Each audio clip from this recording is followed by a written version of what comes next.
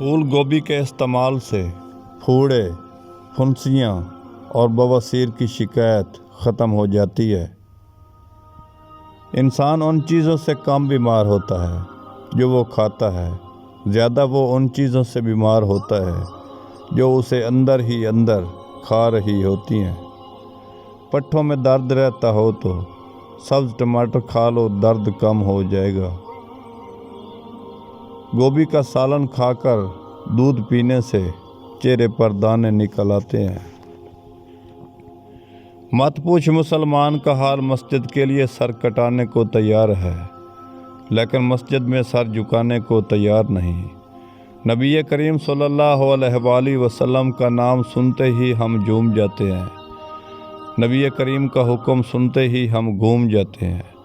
کہتے ہیں کہ میری رگ رگ میں ہے نبی، لیکن پڑھتے ہیں ہفتے میں نماز کبھی کبھی۔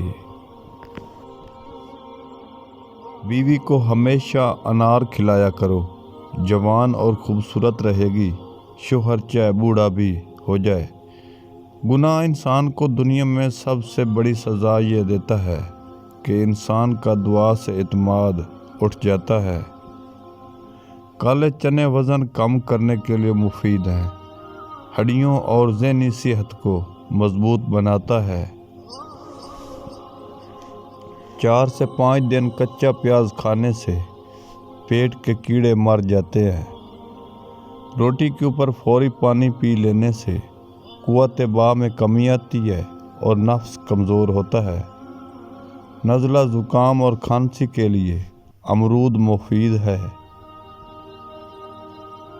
دودھ دہی 20% سے زیادہ پروٹین فراہم کرتا ہے اور دہی کولیسٹرول کو کم کرتا ہے۔ پانی کا زیادہ سے زیادہ استعمال اچھی صحت کے ساتھ ساتھ یادداشت تیز کرنے میں بھی مدد دیتا ہے۔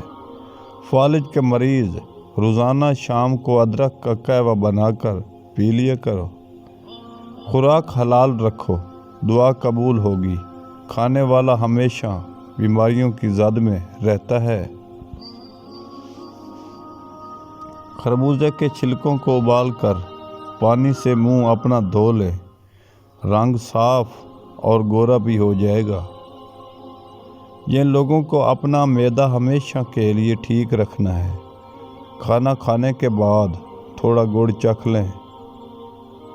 سورج مکھی کے بیج دل کے پٹھوں کو مضبوط بنانے کے لیے بہت اہم ہیں۔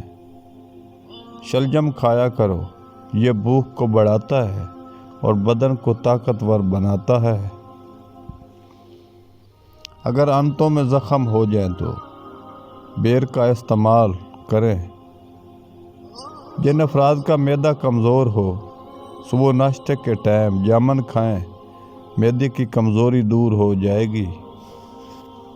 مصری کھانے سے یادداشت تیز ہوتی ہے اور بھولنے کی بیماری بھی دور ہو جاتی ہے۔ سر میں خشکی یا دماغی کمزوری کا مسئلہ ہو جائے تو ناف میں زیتون کا تیل مسل دیا کرو۔ دبلے پتلے لوگوں کے لیے گنے کا رس مفید ہے اور کمزوری دور کرتا ہے۔ جب فارغ ہونے لگو تو ایک دانہ سونف کا منہ میں رکھ کر چوسنا شروع کر دو، آپ کی ٹائمنگ میں زبردست اضافہ ہوگا۔